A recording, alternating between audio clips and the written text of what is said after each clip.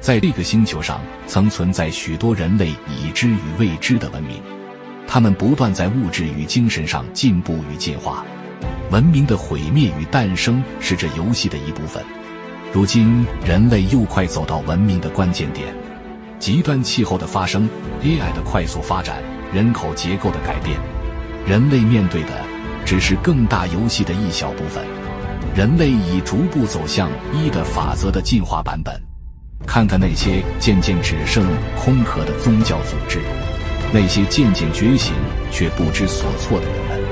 然而，有些真理与修炼如琥珀被保留了下来，传承给一代又一代的觉醒者。欢迎来到琥珀神秘学院。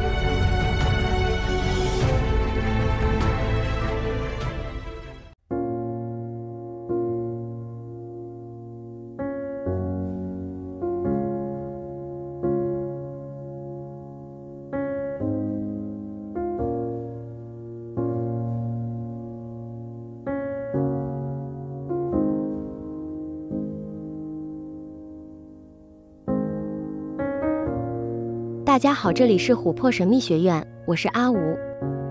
这一堂课我们继续来讲解庄子的逍遥游篇。逍遥游是庄子修为深度的描述，所以这篇中并没有关于修行的具体方法，但却有着一些重要观念。这篇的几个故事都是庄子大大说明大鹏与小鸟的鸡同鸭讲。小鸟听不懂大鹏描述的风景，山下的听不懂登高者看到的壮丽风景，世人听不懂大师的传道。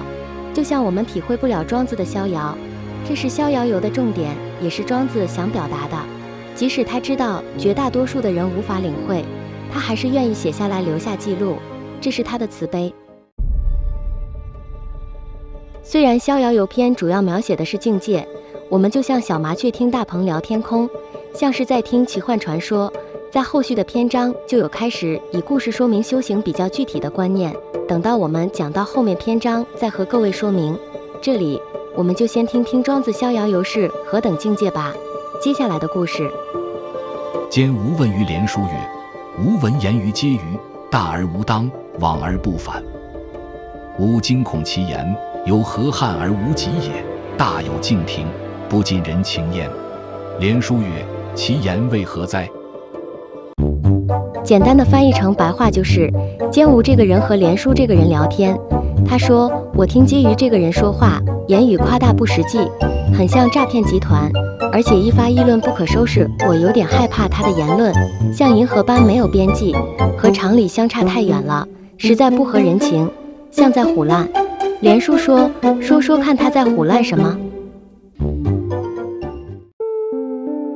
这里就是描述一般人听不懂修行程度高、深不见底的大师或神仙说的话，他们的话语总是不受人类社会制约与规定的限制，广大且没有规范与界限到惊世骇俗的地步，让人们不敢听，因为这些都和人们所认知的常理超出太多了，所以我们把它钉在十字架上吧。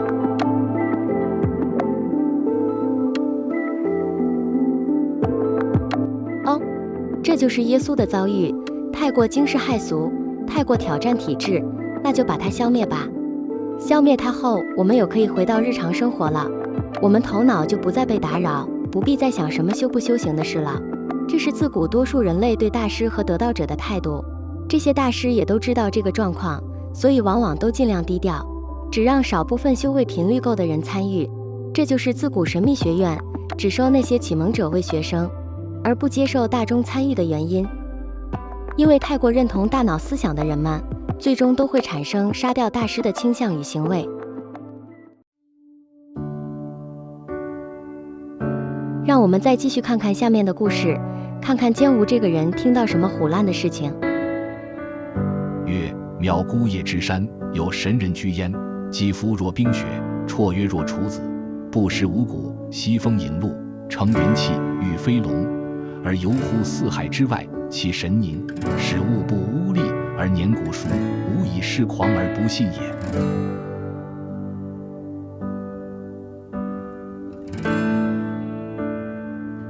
翻翻成白话文就是他说，遥远的孤叶山上，有神人住在那里，皮肤像冰雪一般洁白，轻盈柔美像处子，不吃五谷，西风引路，乘着云气，驾驭飞龙，而遨游于四海之外。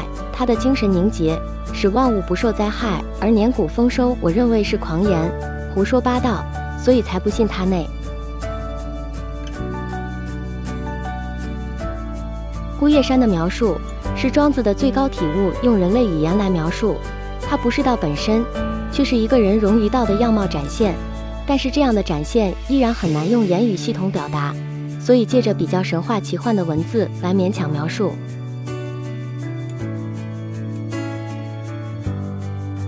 首先，山意味着修行的程度，孤叶山指修行的某个极高山岭，那里的境界状态是怎么样呢？肌肤像冰雪一般洁白，轻盈柔美像处子。这里的处子要注意，并不是说修行就要是像处女，这里指的是内在的心灵像处子，指一个人变得极为单纯，像孩子一样。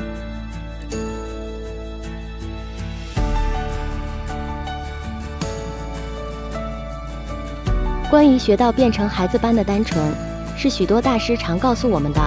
在琥珀神秘学院第1季的第2部中，魔法篇，阿武也告诉大家，学魔法的基本条件之一就是变得单纯。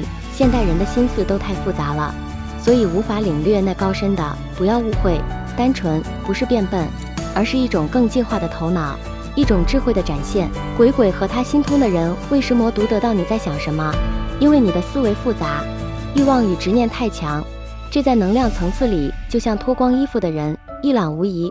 但是鬼鬼和他心通，读心术无法读到那些到达一定修行程度，心思变得单纯一点人的想法，更别说能读到大师们的心思了。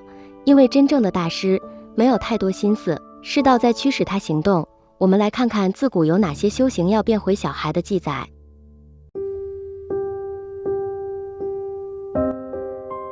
老子说，在营破抱衣，能无离乎？专气致柔，能婴儿乎？意思是，修道者若是精神与形体合一，气息圆融，即可回到如婴儿般的自然纯真状态。婴儿象征心无杂念，顺应自然，无为而安。接下来，老子又说，含德之后，比于赤子，毒虫不噬，猛兽不惧，绝鸟不搏。骨若筋柔而握固，谓之牝母之合而全作，精之至也。终日嚎而不佻，何之至也？老子说，德性深厚的人如同赤子，天真柔弱却充满生命力。赤子虽柔，但因无害之心，反而与万物相安，这是修道者返归真，复归于自然的象征。圣经马太福音第18章1至4节，当时门徒前来问耶稣说，天国里谁是最大的？耶稣便叫一个小孩子来，使他站在他们当中，说，我实在告诉你们，你们若不回转，变成小孩子的样子，断不能进天国。所以凡自己谦卑像这小孩子的，他在天国里就是最大的。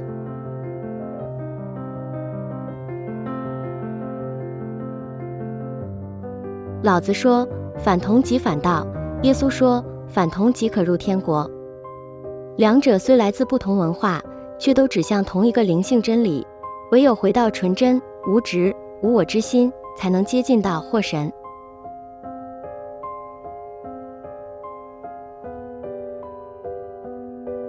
但要注意的是，并不是说小孩子就是道或容易悟道，而是说要从小孩的天真懵懂到长大，经过社会的熏陶，心智开始发展并混乱复杂化后，再回到有智慧并单纯天真。必须走这个过程，一个转化蜕变的过程。但许多人只从孩子的懵懂走向复杂的大人就停下了，毛毛虫从此停在毛毛虫就死去，那是可惜的，那是尚未进化到下一阶段的。所以老子与耶稣说的要像赤子与小孩，并不是倒退回到懵懂无知的孩子，而是要继续往前进化成天真单纯并带有智慧的形态，那就是成蛹并羽化的过程。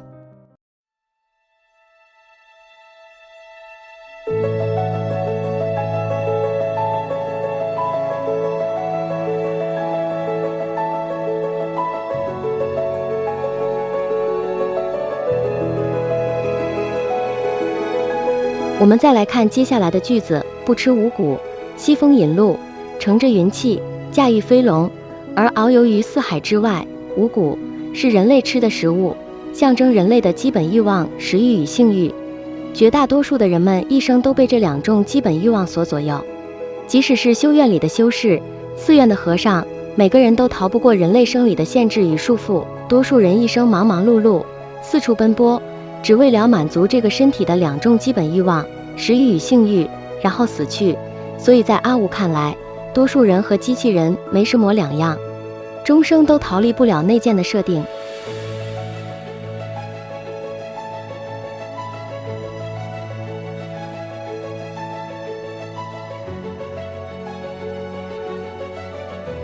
这是毛毛虫的悲哀，但也是机会。有些修行人会强行禁欲，但并没有用。你的外表限制少吃和禁止性行为，但你的内心依然有这个欲望，那也没用。外在的行为不重要，重点是你的内心。所以欲望并非禁止，并非斩断，而是转化。不是要把毛毛虫杀掉，而是要它接蛹。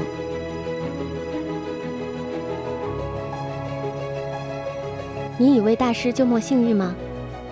当然有，但他的性欲不是人们的那种性欲，而是以自身的气、能量与天地之气互相交融，天人合一，那种极乐与自在，并非毛毛虫可以理解的。所以这一句西风引鹿，乘着云气，驾驭飞龙，而遨游于四海之外，大家就懂了吧？是在说与天地能量互相共振的状态，不是像人们肤浅的认为有如《西游记》里的那个孙悟空踩着筋斗云在空中飞来飞去，还有巨龙出现。庄子是在寄托文字以表达境界，但后世人不明白，只会照表面文字那样把这些词句都具体形象化，以自己的想象浪漫化，演化成现在大家对神仙的想象与文化。实际情形，这个境界远比你以为的形象化还神圣，精彩太多了。接下来的句子，其神凝，使物不瑕疵粒而年古熟。这句讲到的用于这个世界上，凝是功夫的展现，不只是在深深的定上，还是把能量聚焦的展现。其神凝指他的精神凝定、专一、清明。凝在这里有凝聚、安定、成名之意，表示这位神人心灵极度纯净无波，他使万物不受灾害而年谷丰收。这里的谷和前一句的谷不一样，上一句的不食五谷是指食物，这里的谷熟是指精神的食粮，指的是使众生的精神都得到提升。不管是大师用语言文字讲的道和方法，或是仅仅只是待着，都会对四周的能量产生改变，因为能量是流动的。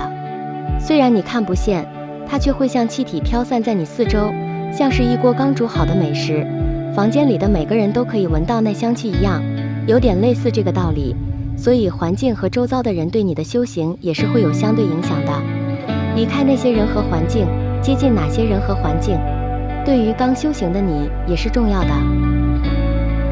对于以上孤叶山的神人描述，这个人听完后说，无疑是狂信而不言。他觉得从头到尾都不知道在扯什么东西，太狂了，太疯了，太瞎了，他才不信呢。这就是庄子大大在这篇逍遥游要强调的。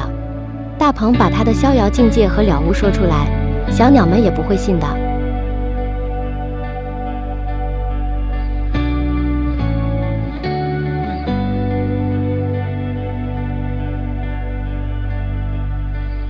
庄子里描述孤叶山上的神人，后来影响了整个中华文化乃至东方文化。他启发了道教的先人信仰、文人的山水精神、艺术的虚静之美，以及整个东方文化对与自然共生、与道同游的追求。他给人们一个神仙梦，一直影响到现在都许多神仙影视剧和修仙动漫电玩题材，像是刻在每个东方人基因的共同记忆中。阿吴再提醒一次，庄子第一篇逍遥游是说明道家最高的修行境地，比较具体的用会在接下来的篇章提到。很多人听了逍遥游，听了这些境界，听了孤叶山上的神人传说，都会说那干我屁事，那和我的修行到底有什么相关？庄子大大似乎早就料到你会这么想，他将在接下来的篇章里以你头脑不曾想过的想法来解说。先这样，下课，拜拜。